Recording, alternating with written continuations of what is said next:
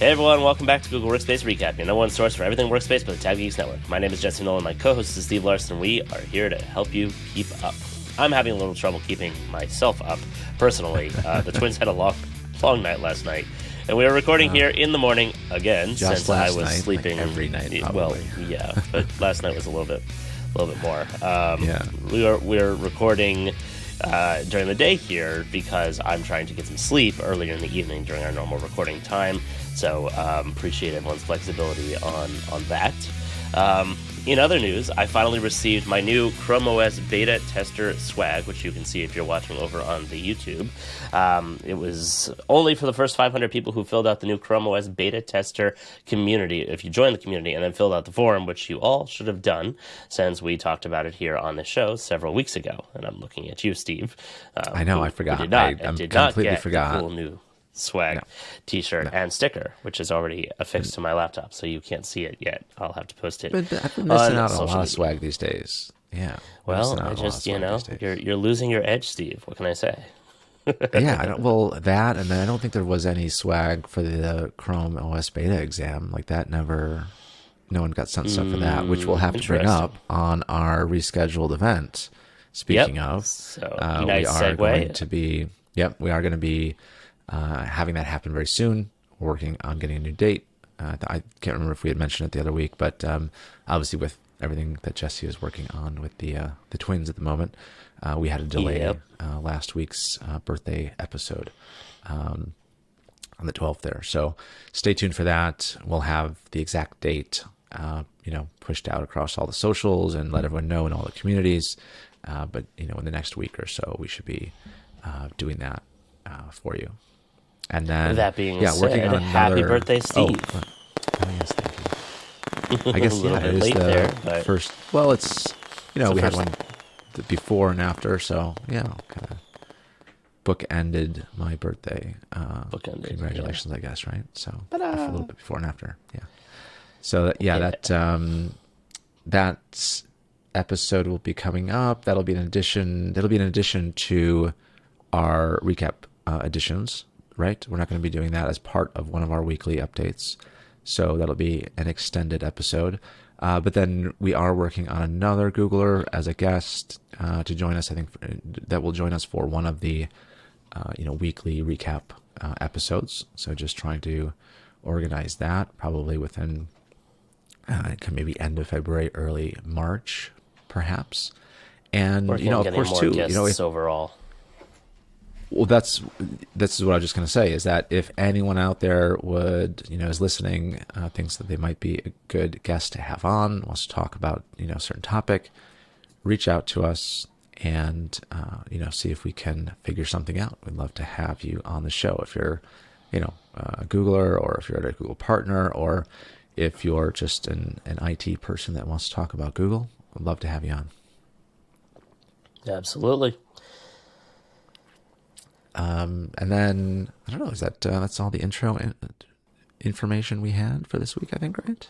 That is, yeah. A bunch of bunch of other stuff going on. Not much in the news. Seems like all the Google news people went home from CES and are still recovering. Right. Yeah. But a healthy week of updates for sure. We had seven updates last week. Yeah. A little quiet start to the year, of course, the week before, but things are back into full swing by the looks of things. So 7 updates. We had one kind of silent release. We had also a release that got talked about last year, kind of coming to fruition here regarding like content managers and shared drives, being able to share folders. That's kind of coming out in early February, so we're going to talk about that just as a reminder. And let's see, Chrome Enterprise version 109 is out there. So a little bit of admin console updates for you on that one. And then, a little update here in the news. It's kind of a Microsoft article though, but talking about how Microsoft's creating kind of an offering to compete with that Workspace free tier, or kind of that just entry level small business kind of less than 5 users type of environment, I would say. Microsoft 365 Basic Yeah, and then how is Google going to maybe respond to that, if at Hopefully. all, or will they just kind of continue on? Yeah. So let's run through those kind of high-level headlines for the updates for you here, so you know what we're getting into. As I said, we're talking about the new default setting for content managers. Modifying shared drives is coming in February. Let's talk about that. The one that came in the end of week recap is that you can now find apps and app commands in chat with a new integration menu. We started seeing that actually the other week. And I think we saw that in some screenshots as well that we talked about how those, that was kind of looking different in some of the screenshots that we were seeing from the animations and other updates. But in terms of published releases, we have new options to view non-printing characters in Google Docs.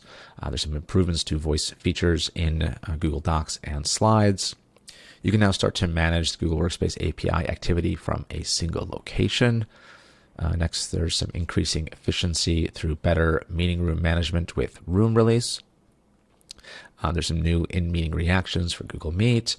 And there's also some simpler conversation creation in Google Chat. And then finally, you can start to view speaker notes while presenting Google Slides in Google Meet. So a lot of Docs and Meet updates here, kind of consolidate into a couple high-level topics there. And then, as I said, Chrome version 109 is out with a few admin console updates. And let's see, what else do we have here? That's it. And then the 365 Basic, we talked about that a little bit. So that rounds out those updates for the week. Let's dive into that first one. So within your little table of contents bit there would work well as a short. I was just thinking, like, here's the highlights. Boom, boom, boom, yes. boom, boom. Oh, right. That could be good. That could be exactly. That would be a good short. Yeah. Always looking to improve here, folks. Cut that. That's what we're doing. Yep. Yeah, because I'm not going to get through each update quick enough, probably, for what you need. So that's, I don't know. Only 60 seconds, those shorts. Yeah, I know. Like for now, a little stop clock up here. All right, and next update. I'll get your stopwatch. Click. Yeah. Go. So the first one there was the changes in the chat menu. So you'll notice on the lower left-hand side where you see the plus, you'll now start to see two options at the moment there, two options by default would be the attached drive files and the calendar invite. And then also you'll have any of the installed applications just below that.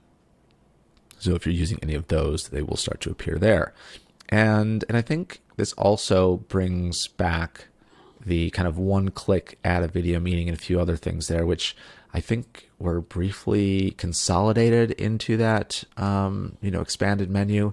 I do like that the one-click add a meeting link is back over there on the right to quickly add it, and all the other kind of one-click options there in terms of formatting, your emojis there, your GIFs, and your uploaded doc are kind of all over there. So the nice problem I have with the one-click add a meeting button is this is very frustrating. It's a one-click button, sure, but then it adds the meeting into the chat. And then I have to hit enter or send in order to send it, and then I have to click into it. Well, if it's a one-click meeting, click and open a new tab in Meet, like boom, or even in the same window. It's a unified interface, or it's supposed to be. Maybe, but you add it in there. You might say something along with it. You want to make sure that okay, fine. You have to click join. Maybe when it opens up, you have to click join, or default is muted. Like there are ways to make this process much simpler and easier without me having to click 3 different times or 4 different times in order to start said meeting. Yeah, like one step back from a phone call. True. But obviously, generally, or I wouldn't say obviously, generally, if you are jumping into a meeting with somebody, like if you're sending that, usually, at least in my case, I've already said, hey, do you have a sec? Can we meet? Yeah. And can we, jump on a call? And they say yes. And it's, like I could just call them directly, but I'd rather meet. And so instead, I have to click the button, click the button, click the button, and click the button in order to be in the meeting. Like, come on. That's true. Yeah, it could definitely reduce that. And what's the worst that happens if you accidentally send the meeting link? You just delete it and it's gone, and no one knows. You just close the window. In fact, it'll be. Yeah. You'll see that it opens because it opens up in front of you. you know? Yeah, exactly. Like if you hit that button by mistake and maybe make it a little bit harder to hit the button, perhaps, like move it across to the middle or, something. But when you click that button, it'll open it into a meet. Like that's the next step. Yes, I want to meet. Yep. Yep. And if you don't want to meet, okay, close it, fine. But or if the person says, "Hey, I need a few minutes," then you can close it and reopen it afterwards by clicking on it. But I just feel like that would be a much, much better one-click approach. Anyway, for sure. Proceed. For sure. Looking at the changes here, it looks like it is rolling out. It says, to these select SKUs, but by the looks of things, it's like everything but consumer. So that's the only thing it looks like it's not changing on. So yeah, mentioned Essentials, Business Starter, Standard Plus, Enterprise. That's basically everything other than consumer. So that's what it looks like. Right. And then next, first update here is that you have the new option to view non-printing characters in Google Docs. So this is when you are viewing or editing Google Doc, and there's some non-printing characters like line breaks, section breaks, tabs, spaces, which aren't visible. You can now choose whether to display those non-printing characters in order to see how the document is laid out. So for those of you that aren't necessarily switching over to pageless design, which of course, as you know, isn't kind of truly pageless just yet, but this helps you to kind of see the layout of the doc here for those non-pageless documents. And a long missed feature, I would say, for any of you Microsoft Word people out there, because I remember this being one of the options that I used to always toggle on and off back in my Microsoft days, when I would look at how poorly people have formatted their tabs and indents. That's why you had to toggle it on, though. Well, right. It's because people would screw it up that bad. Right. Yeah. It was like let me just do 100 spaces here instead of, adding two, line breaks and, adding a tab indent in the center or something like that. It's like, all right. Yeah. No wonder why the thing isn't aligned properly. It's messing up. Have you ever tried looking at the formatting of government provided court documents, like local government court documents? I've opened up some of those, and they're like, why doesn't it convert well into Google Docs? I'm like, have you seen this thing? Yeah. It's endless. That just all bad formatting and tabs and spaces and enter, line, tab, enter. Like, so. Well, if you are looking for this feature, it's up in the view menu, in the view menu option. Yeah. And for those keyboard shortcut people out there, it is going to be the Command Shift P shortcut. I don't know what it's going to be on Windows, but I'm sure it's like Control Shift P usually. Probably. It's usually the Command and Control are interchanged there. So that is going to be rolling out very soon here to everyone. It's already started rolling out to rapid release customers. That started on the 9th of January on a gradual rollout up to 15 days for visibility.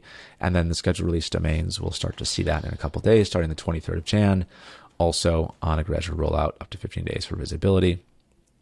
It's going to be available to everybody on Workspace, G Suite Basic at Business, as well as those with personal Google accounts. So everyone gets access to that one. I am surprised that it took that they don't have this until now. I will say that's what I'm saying. It's one of those features that I remember using a lot from the Word days, like I said. But I don't know if I use it that much anymore because I've gotten so used to not having it there now. So I feel like this was added to placate the people that are coming over from Word. Of course. Yeah, absolutely. Right. Where's my non-printable characters option? Yeah. How do I know it's there if I can't see it? I think it definitely can help. You have it. I do run into some Yeah, I do run into some formatting issues though with Google Docs, and maybe this can help in those little challenging situations where I'm like, why is it doing this one thing that I'm not expecting it to do? Is it because of this or that? And I don't know. I'll start to turn it on now when I run into those little challenges, but it doesn't happen that often with those formatting challenges. Speaking of comparison there, I saw a post in a Facebook group basically asking why companies use Microsoft Office, especially small businesses, when Google Docs and Google Workspace exists. And the whole thread pissed me off because people in there were like, well, Sheets is very simplistic and it can't do most of the things that, that Excel can do, and Word is an incredibly powerful word processor. And what I was is like, it right. that it can't do? What can it do that you need to do, that you have to do? Very few people run into that challenge, honestly. It's very select few people. Unless you're, it's like at the court. 1% of people using it. Exactly. Unless you have a doc that's so poorly formatted it just doesn't convert well, then they think it doesn't do all of those things. But seriously, the whole discussion, I was just like, wrong, you're wrong, wrong. And I really wanted to just comment, wrong, but I didn't have time to actually go into why they were wrong, so I was like, all right, I'm not going to be a troll. Where was that at? It was just like, it was a Facebook post. It was in one of the IT support groups on Facebook. Somebody posted it. Oh, yeah. Okay. Well, I think I have to go back and find it and put in the time and be like, you all need to listen to Workspace Recap. This will help you in your lives. Trust me. All right, so I think we covered that one. Next here, we have some improvements to voice features in Google Docs and Slides. So there's a couple improvements here. So you can type and edit by speaking Google Docs, and then present slides with automatic captions to display speakers' words in real time. So some enhancements to those two features are going to help reduce transcription errors and minimize lost audio during transcription. They'll also include expanded availability to most major browsers. And then finally, captions and slides will now contain automatically generated punctuation, so you won't have to add the list or add this item to my shopping list, full stop. Or question mark. Period. I didn't know. I never really did the talk to type thing. I never really found it. I've played around with it, but it was always so many. I don't know. Yeah, I always had to go back and correct so many things, anyways. Where I'm like, all right, by now I've probably could have just typed it. That's kind of how I feel a lot of times. Well, there are a lot of people who are not rapid touch typers like you and I that use this. So yeah, I think also on the accessibility side, this is enormously powerful for those who can't type. Yeah, the one area where I haven't explored using it more often because I'm not using it at all, but it would be nice to be able to use is like when you're driving, is to do the voice to text, so you could just press the button and have it speak to it and then allow it to text for you. I don't know if that qualifies as texting whilst driving. Yeah. I mean, I know the keyboards have it all built in, where you just have like the voice, the microphone icon, and you can always do that. That's not this though. This is much more powerful than that, if I'm not mistaken. Of course. Yeah. But in terms of this update, rollout pace-wise, similar start to rep release domains on the 9th of January. An extended rollout, potentially longer than 15 days for that one. And then standard scheduled release domains are going to see that starting on the 6th of February on a gradual rollout up to 15 days for visibility. This one is also available to everybody on Workspace, the legacy G Suite, as well as personal accounts. All right. Next, we have an admin console change here. So or kind of changes regarding kind of admin kind of things. So you can now start to manage all Google Workspace API activity from a single location. So within the cloud console, you can now view and manage all those the Workspace API activity, and you're going to find a centralized view of which APIs are currently running, their associated requests, and then you can easily perform common actions like monitoring aggregated metrics for APIs, traffic, errors, latency, viewing and adjusting quotas as needed, managing API credentials, finding other available APIs, tutorials, and documentation. So this is going to be a cool one. I'm going to have to look into this one a little bit more for those of you that also know about Workspace admins, Brian did record a new video recently regarding all the new, some of the new functionality around managing trusting APIs and how that all works. So check out the second most recent video over there on the YouTube channel. You can head over to workspaceadmins.org and it'll take you right to the YouTube page and check that one out. That's something that I was saying, oh, I should record this video, and then Brian just went and did it. So I got to be quicker on that, or just not mention it and then do it, because Brian is the main creator of all the content on there at the moment, and I got to try to get my foot in the door with something. Kind of want to do something on there and have it added to the channel. So in terms of this one here, just some info on where to find this. It's going to be under View All Products, other Google products, and then Google Workspace, and that's where you'll start to find this. It looks like feature availability on this one is available now for everyone on the Workspace side of things. Also, next one. Shout out to our friend Chanel, who is now a Google Cloud Advocate, developer Googler. advocate. She's a Googler. She's a Googler. Yeah, Googler. Google brought her in. Developer advocate. Correct. She also has an amazing YouTube channel of her own that she's been building up over the last couple of years. Active. And she's 20,000 subscribers on there. Sapiers, I believe, is the name of it. Saperis, yeah, Saperis. That's her personal channel over there. But the reason why I bring that up is because, not sure. But in the API update post here is a video from Google that she's in. So it was a nice surprise there. She did that. I didn't click play yet on that. Yeah. Okay. Click play. That's her. So look at that. Pretty cool. There she is. Yeah. Cool. Nice. Very appropriate video for her. That's exactly what Did she we was meet doing. her on Clubhouse initially, I think? Is that one of our initial Clubhouse connections? Or was that a Twitter? I think that might have been a Twitter one. I have to think back. Clubhouse could have been one of them, or it could have also been through the Cloud Connect community.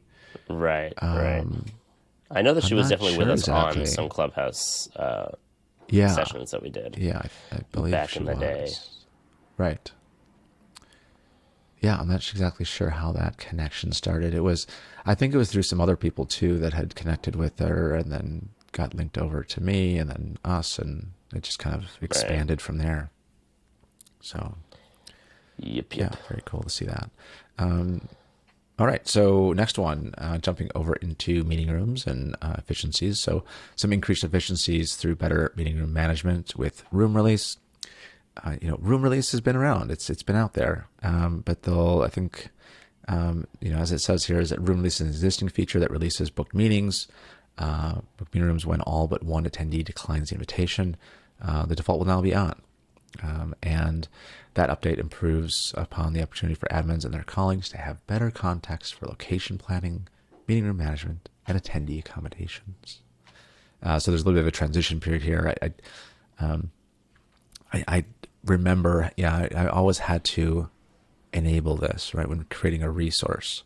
And that was always something that, you'd kind of forget to do. So this will just be on by default now.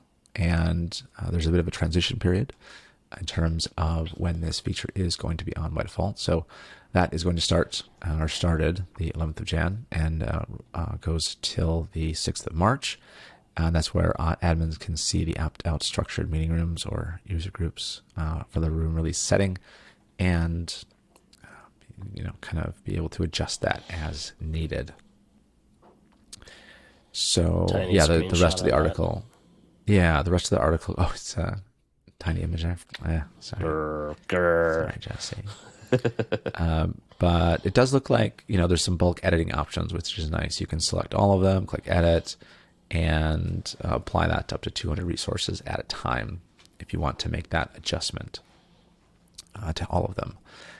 And let's see, looking at this, just looking through here, there's some other kind of dates and timelines and some of the details here. Companies with structured meeting rooms set up, admins will see the option to turn the setting on or off in the console starting the 11th. On the 6th, this feature will be on by default for companies with structured meeting rooms set up in the admin console. Again, that's kind of another component of it. Yes, you have to have those structured meeting rooms enabled. So you may have those old legacy rooms still in place. So if you're not seeing this enabled, that could be why. And you can't individually exempt certain rooms from this feature. There's an opt-out also. It looks like opt-out user groups by going to buildings, resources, room settings, and clicking edit group. And then also, let's see, meeting rooms are not released when the room holds 20 plus people or when the meeting is longer than 4 hours. So keep that in mind. If you, again, are expecting the feature to work, but wondering why it maybe isn't, that could be why. A rollout for this one, this is going to be heading to standard release, or rapid release and scheduled release domains starting the 11th of Jan. It's kind of already started last week. A gradual rollout up to 15 days for availability. Not going to be available to everyone, unfortunately. So it will not be available to those Workspace Essentials, Business Starter, Business Standard, Enterprise Essentials, nonprofits, frontline customers, as well as legacy G Suite Basic customers, and of course, not available to those with personal Google accounts, but available to the rest of you with Workspace. Just going to say that last image on here where you're selecting, continuing to select multiples. It's a screenshot for the edit drop-down menu on there. They must be on a really tiny screen because it overlaps with the highlight. I can't even see all of the words on the drop down there. I'll put it up over here so that everybody can see what I'm talking about over on the YouTube side. But could be a Chromebook, tiny Chromebook from 2015 or something with a very low resolution screen. Just a low resolution, screen, a single screen laptop. Probably that's probably what it is. Yeah, but they work. I got the Google. interns doing it. They got the interns doing it. The intern. Well, stop giving the interns potatoes and give them a real Chromebook. They're giving the nooglers these screenshot opportunities. Don't all nooglers get the latest and greatest MacBook Pros? No, I don't know. You get to choose. I think you get to choose what you want. Yeah. Well, the next update, though, you'll notice a nice, lovely, large image, Jesse. Yay! High quality, not animated though, but large in size. A couple Beautiful. of those. Very, very nice. Large. Yeah, very large. Yeah. Oof. You even have to zoom in on them after you get the full screen. So, yeah. This one, so this update here is that new in-meeting reactions for Google Meets or Google Meets, it's just Google Meet, is now available. I know. I make fun of other people saying it, so I got to make fun of myself. Me too. Yeah, I know. Yeah. So now you can use emojis to share in meeting reactions. Speaking of meetings, I've got to join one here pretty soon. And it's going to be available on web, Meet hardware devices, iOS, and Android with Android coming soon. Always interesting to see Android coming soon on some of the things when you think that's where I would expect to see it first, maybe, not iOS. But the reactions will show as a small badge in the sender's video tile and floating up the left side of the screen. So when there's multiple user engagements, you'll see a burst of emojis in the left side of your screen. So you can kind of make it glitter and rain different emojis as you're in your meetings. So isn't that going to be nice to add to the? I look forward to testing this. I'm looking at this picture here, and the floating on the left side of the screen looks chaotic. Yeah, exactly. But you gotta keep all those new workforce people engaged in into their products that they think should be able to have. Yeah. So. I like that it's in the corner of each icon, like what they're doing. Maybe make it a little bit larger over their tile. I guess if you're in a larger meeting, you don't have everybody on one screen. That would be harder to see. But I don't know. It looks too. Maybe it's just the resolution of this screen that they're showing us on. Although I think this is the graphic design mock-up, not the actual screenshot. So we're gonna have to play around with it and see how much that changes, but it looks like it's taking up a decent amount of the screen, which I wouldn't think it would have to. But I don't know. We'll play around with it. I haven't seen it anyway yet, even in the... Well, it will be a feature that admins can turn on and off if you'd like them not to be there. You can do that. No joy for you. Yeah, do not get emojis. Right. No emojis for you. The rollout for this one is going to be on a full rollout, 1 to 3 days for feature visibility starting the 16th of Jan for rapid release domains. So that'll be starting, it started yesterday. Scheduled release domains, we'll see this starting on the 23rd of Jan, also on a full 1 to 3 day rollout pace. And then users with personal Google accounts had a little different rollout. Those kind of started already. That should be completed as it started on the 11th of Jan on that 1 to 3 day rollout window. And this is going to be available to everyone. So everyone using Meet will have access to this. All right. Getting down to the end here. So introducing some simpler conversation creation in Google Chat. I don't know. I was this whole threading and everything. Did you didn't, I don't know. Did you join? No, you didn't join it because there was there's a Google Chat space that a Google partner created, and it's using the new threaded conversations. Mm-hmm. Now, it's functioning a little bit different than I thought it did before, maybe in the beta or something like that, because although it does show you the summary of all of the updates in all threads in that space, which is good because it just shows you all of them, and it doesn't bring that thread to the most recent, which is what I thought was happening in the beta, where it would, let's say if you had, 10 separate comments and the oldest one started to have some replies, I thought it was popping it down, to the most recent and relevant. And doesn't seem to be the case any longer. Maybe I'm forgetting how it functioned before, but I thought that's what was happening in the beta, where it would, bring that conversation down. And I don't like it. It's that Slack functionality. I don't like it at all. It's really annoying. I don't like it. I feel like they're still tweaking it, still trying to figure it out. I don't know. It's one of my old spaces back. My old threaded, like Google Chat version spaces threading. It was so different that it just, you knew what to do. You knew it just worked. It just worked a lot better. Intuitive. It was so intuitive to me. It made so much sense. A lot more sense to me. We're starting to sound like Slack, grumpy old but that men, was Steve. why it was better. I know, but I don't know. I know a lot of people like it, but it's okay. It's not great, but it's a work in progress. I don't know if it's going to be any progress. I think that's just how it is. I'm not sure if there's going to be much progress, unfortunately. Fair. But let's get back to this one. So this is a new way, starting today, as they say in the article here. That was the 11th. There's the process to create conversations in chat will be simpler by combining the flow for creating one-on-one conversations and group conversations. So they're removing the start group conversation option. So this is just going to allow you to enable, the selection of multiple people when you start to, create whatever conversation it is that you want to have. So really off topic, of course, because the threading has nothing to do with this update, but, kind of does because it's chat and it's the changes that are coming to it. But this is, I think, this is a welcome change. This will be good. Definitely an improvement here on this one. And a rollout pace for this. Rapid release domains will see this on an extended rollout, potentially longer than 15 days. This one started on the 11th of Jan.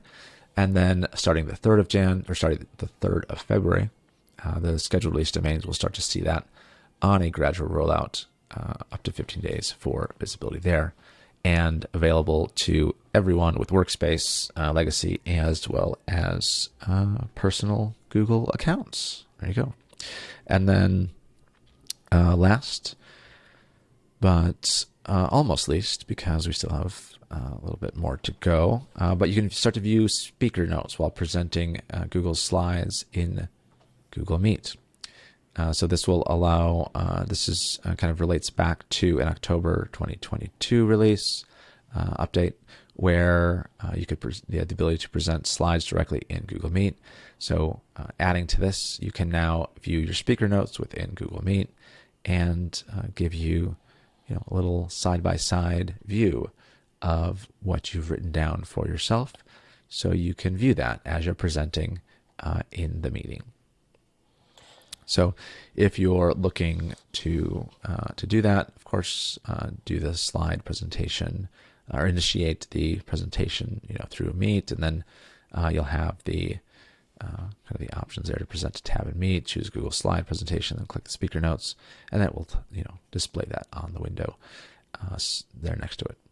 Rollout for this one, rapid release domains will see this getting out there on a gradual rollout up to 15 days for visibility, starting the 10th of Jan. And then scheduled release domains will be a gradual rollout up to 15 days for visibility, starting on the 30th of Jan. A little bit different availability here in terms of who is going to be able to access this one.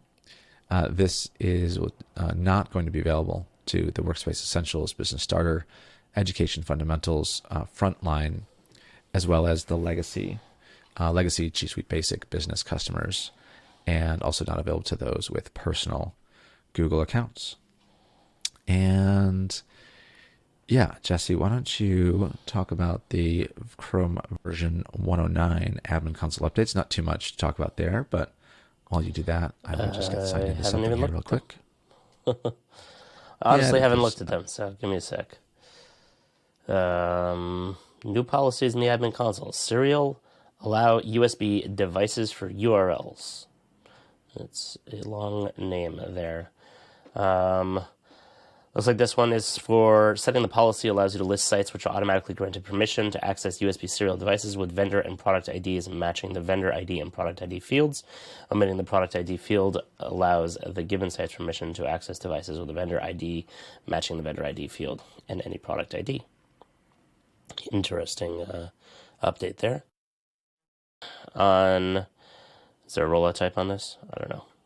I haven't really gone through this. I apologize. Steve caught me off guard here. I know. Sorry, I had to get logged into something here. I just didn't want the audio to be feeding into this meeting. Yeah, so give me a sec. Yeah. Okay, that's cool. What else do we have here? Upcoming Chrome browser changes. There's a detailed translation setting in Chrome 1.10, which will be added for controlling the current target language. Never translate languages and always translate languages. These settings were previously only editable from, that's a fun word, editable, from the Translate UI bubble, but will now be permanently exposed under Chrome settings language. There you go. What else we have here that are interesting? Yeah, it was just I think it was just that one. Just the serial USB device for URLs in the admin console. That's the new policy. Yeah. That's the new policy. Yeah, there's a lot of other updates, of course, to the whole release, but we kind of focus on the ones related to the admin console. Of course, if you've got a big Chrome Enterprise, deployment, make sure you're checking out those Chrome update announcements, because lots of things change in the browser you got to be aware of, and especially if you're managing large fleets of browsers, also ChromeOS devices, as it kind of relates to ChromeOS as well, need to stay on top of those updates there. And be aware of that. And if you haven't yet, be sure to watch our Google Chrome quarterly update, which covers a lot of those. Yeah, it does. Came out a couple of weeks ago. So that is available on YouTube. I think I put it on the podcast networks as well, but it's best viewed on YouTube. Yeah. All right. Yeah, and then last one is that news with Microsoft 365 Basic. So this one, we like to keep one eye open on the competition out there, see what's going on, and see what maybe we can hope that Google will move towards or compete with. But Microsoft is announcing a new basic tier for one person that is $199 per month. That's basically $2 US per month, and it includes 100 gig of storage, Outlook, and more. Again, this is only for one person, so it's not going to be for a team or anything like that. The free plan is still there. there. So it's limited to one person only? Yep. Yeah. Oh, as is okay. personal. So family is the one that we were talking about. Could replace, right. The Google Apps basic, whatever, the OG Google Apps. But that's $10 a month, and that's for 6 people. If you're just doing the one person, then there's 365 personal, which is one person and includes a terabyte of cloud storage and a bunch of other stuff, and is $7 a month. And then there's this new basic tier, which is one person with only 100 gig of storage and is $2 a month or $20 a year. All 3 of those come with Microsoft technical support, which, as anyone who's experienced Microsoft technical support, may not actually mean much, but hey, it's there. Similar to Google One, being able to have a line that you can pick up the phone and to call Google. So I love how they put in here ad-free Outlook web and mobile. Better than Google support, really? Microsoft is better, really? I don't know. I guess they all suck. I honestly haven't called Microsoft support in many years, so I can't accurately talk about that. But I find with Google support, especially when you're calling for Workspace stuff, if you call in the overnight hours, you get the Ireland desk, and those people over there, they know their stuff. They really, like, if I'm having a real problem, that's when I call, and they usually figure it out. So props to the Ireland team on Google support. So that's just an update on that. If you're interested in, on the personal level, if you need something, or if your clients or employees need a personal thing and they're looking for it and they don't want to go over on Workspace, they can use this. But obviously, we are big fans and big advocates for Google Workspace. So ideally, you should just have everybody on Workspace. Refer back to my previous statements about the Facebook post of why companies use Office. Just use Workspace. So, all right. So I'm going to let Steve go to his meeting and going to process and render this so that I can get this episode out hopefully as early Tuesday as possible. That's all for this week. Send us your questions and comments on Twitter at Workspace Recap and on our website, workspacerecap.com. Hit the subscribe button wherever you're listening to make sure that you get all of our wonderful updates here and keep up to date with Google Workspace and everything else that we cover in technology. Leave us a review if you could, thumbs up on the video, comments down below, etc. Have a great week, and we will see you next time on Workspace Recap.